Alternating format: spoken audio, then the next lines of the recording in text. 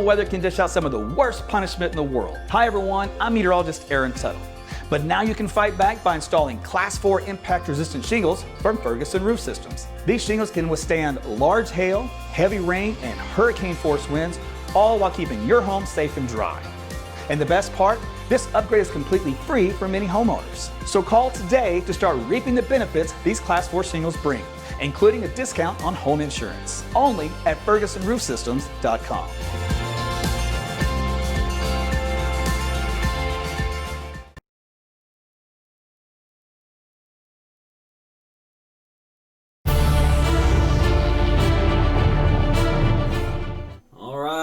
Hey everyone, Meteorologist Tuttle here with you. It is, you know what, sometimes I don't even know what day it is. I believe it's Tuesday. So it's about 10 minutes till 10. You came to the right place. We're talking about your weather for the upcoming, let's go 10 to 15 days. How's that sound? We'll get you, of course, short term.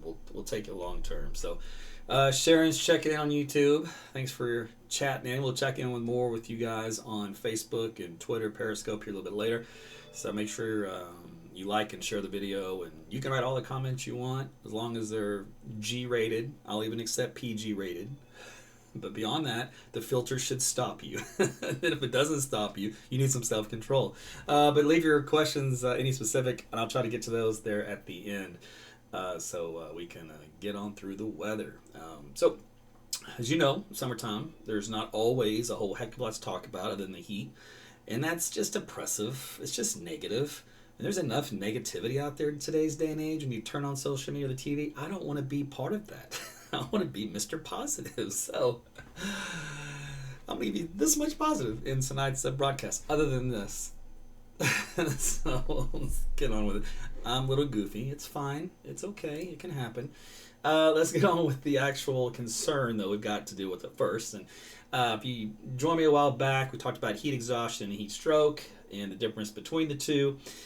So again, heat exhaustion means you're just now starting to feel those symptoms that you've been out in the sun too long, you haven't had enough to drink, not enough shade, not enough AC, faint or dizzy, excessive sweating, you start to feel a little cool, pale, or clammy, you start to get nauseous, maybe you want to vomit, you get a rapid weak pulse, you get muscle cramps. Now, if you ignore that because you want to work through the pain, no gain, right? Well, first off, whoever came up with that should be taught a lesson.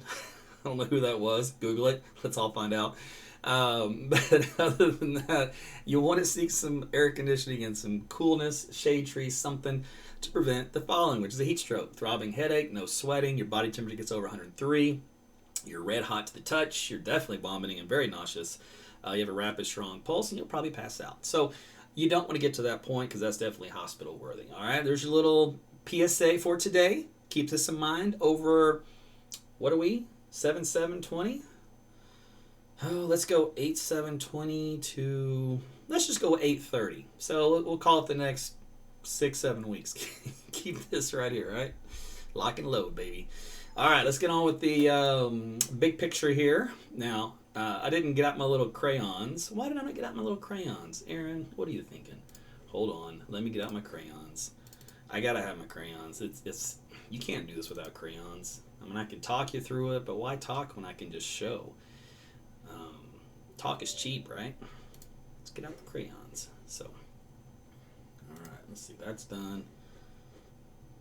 Sorry, I got to load some up behind the scenes here.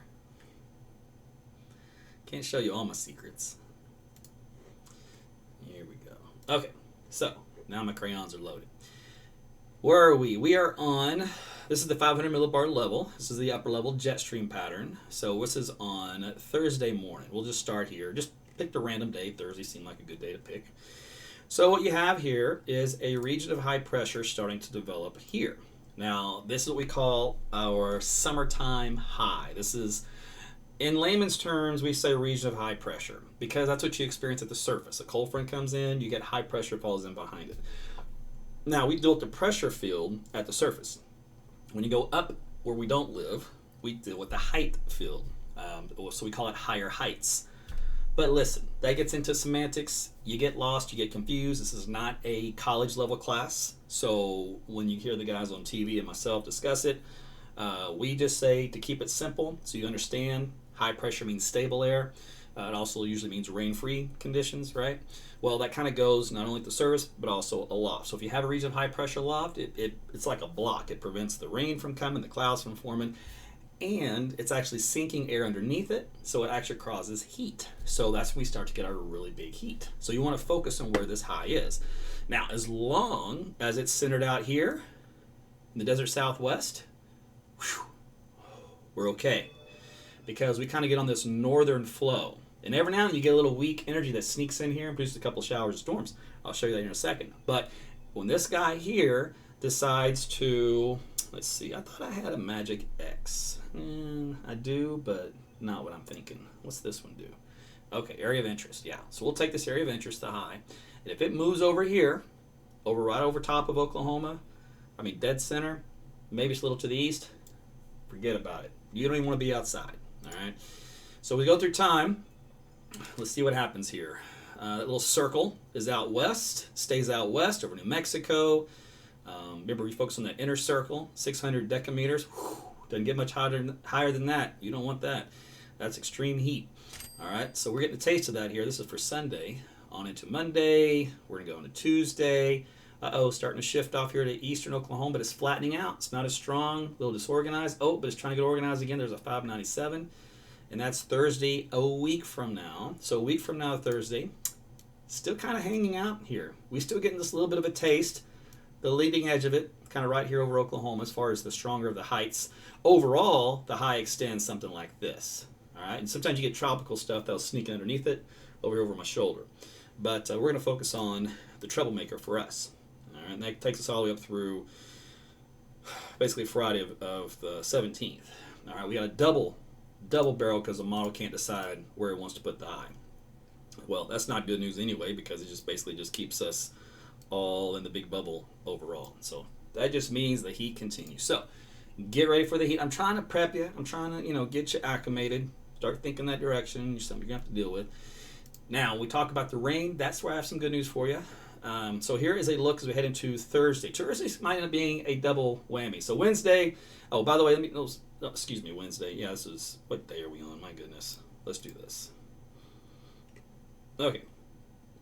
Sometimes I just skip a day because, I'm always looking to the future. My crystal ball goes way out there. It's not about a short term, it's about long term. All right, but tomorrow, Wednesday, the models do suggest we'll still some daytime heating, kind of like the last couple of days have been. We get a little pop-up isolated thunderstorm activity. It's kind of favoring this southeastern quadrant of Oklahoma.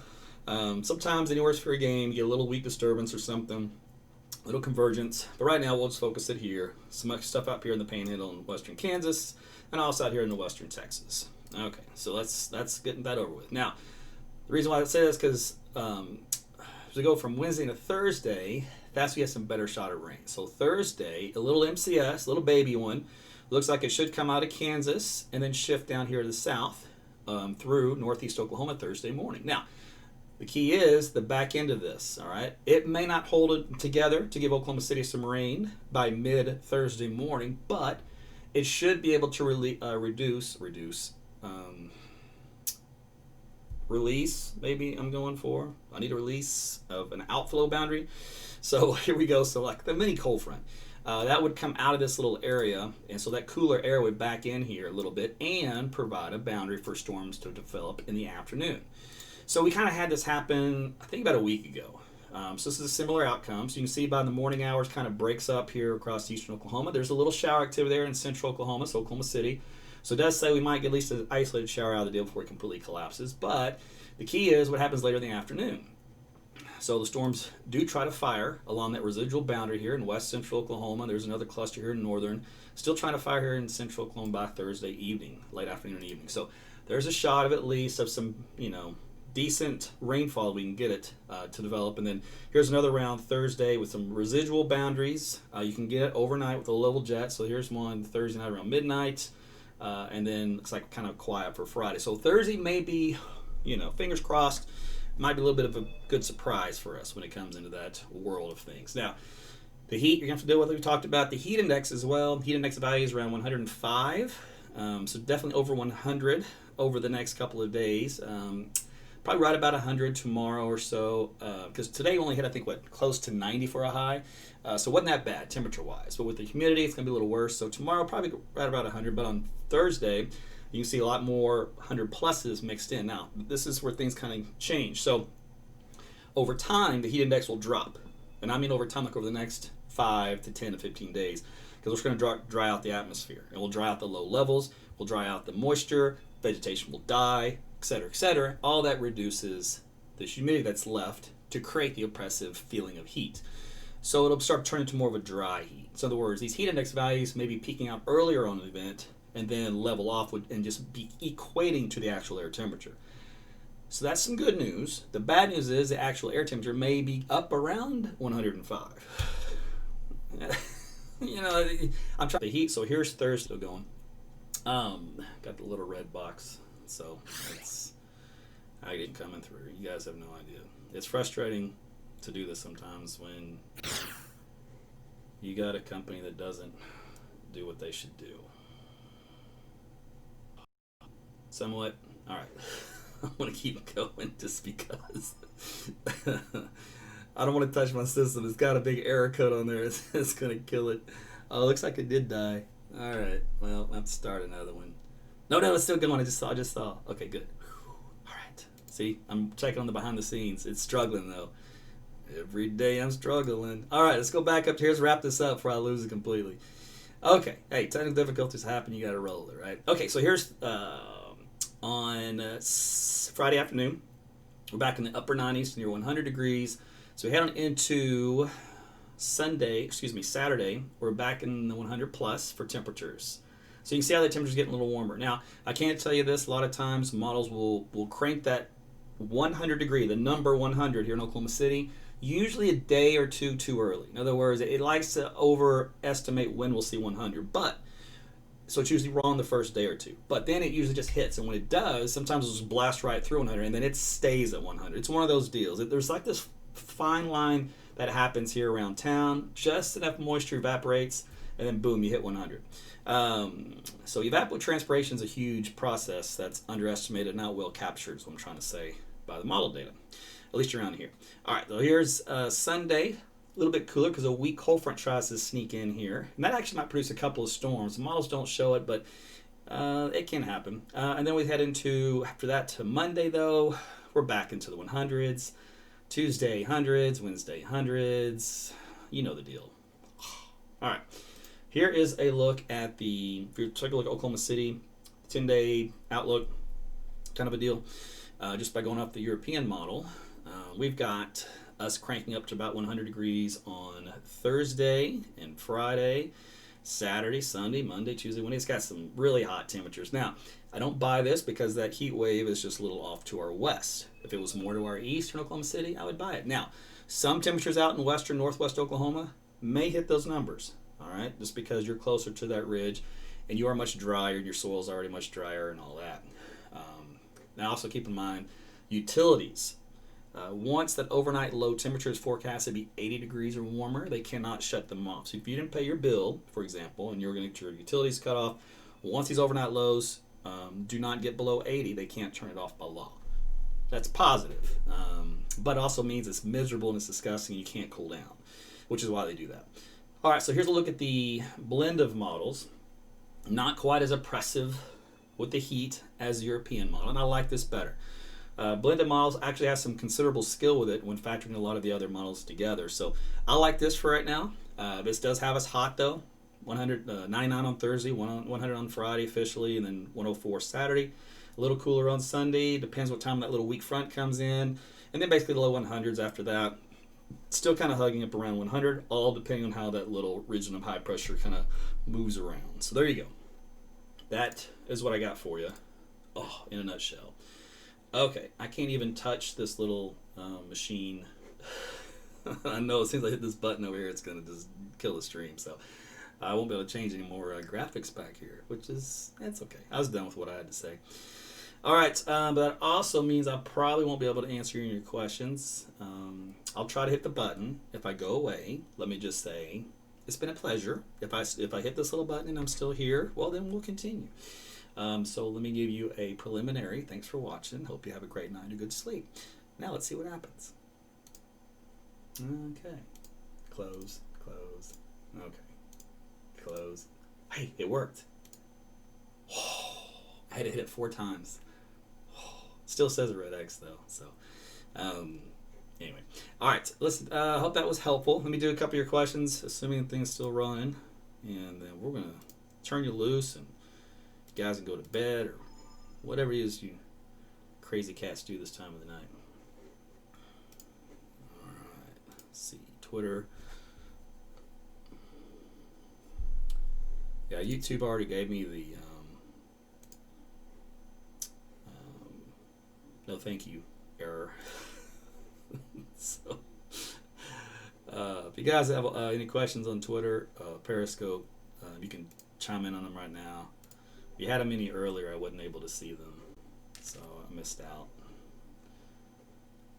Let's see. So what happens is, just so you know, just for your own benefit, just for you guys that do this kind of stuff, like your kids maybe with their gaming or whatever. So internet is interesting. Download is very forgiving. You can have a lot of noise in the line. You can have a lot of users. You can have a lot of things going on.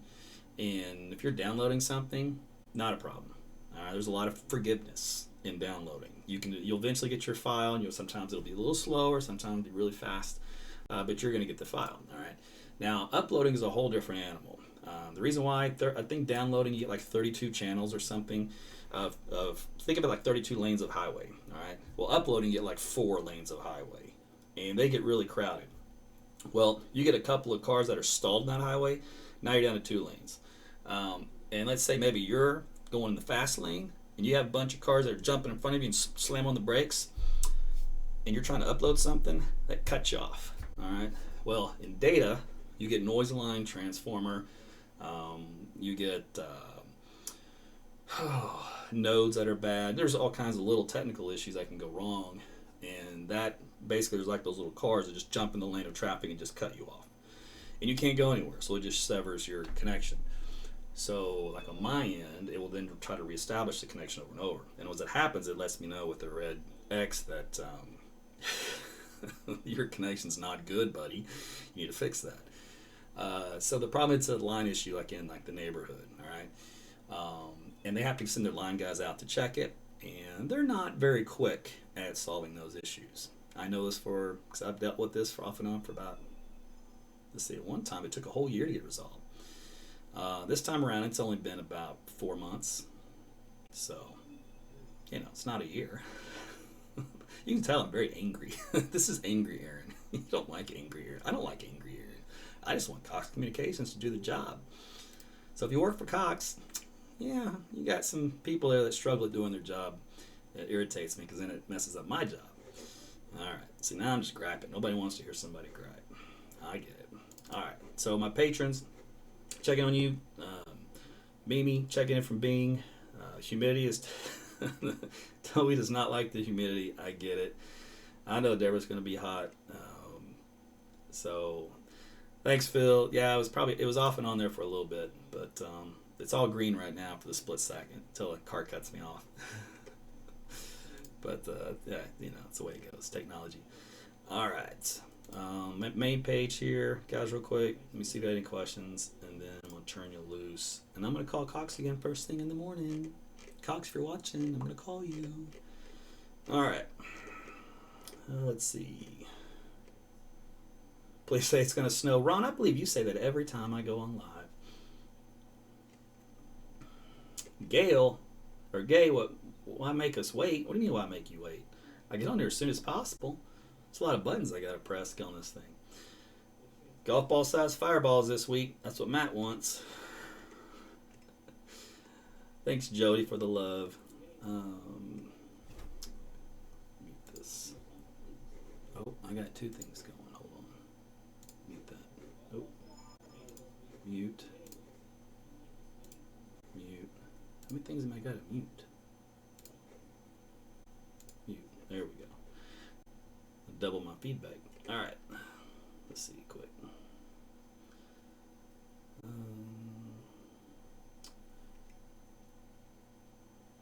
Yeah, YouTube froze. They all froze. It was just, you know why. Mark. I don't know about the most favorite right now, but I'm focused on one in Matthew, and I'm focused on one where there's a wide road and a wide gate, and there's a narrow road and a narrow gate, and I'm just saying there's a difference between the two.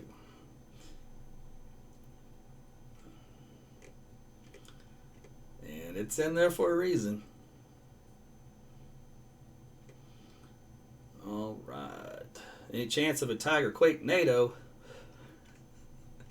I wonder how old Joe's doing these days. Hey, by the way, for Joe Exotic, I probably should have screenshotted this when I saw it, but I think I was in the middle of doing 10 different things, and I laughed and then got sidetracked, squirrel, and then forgot.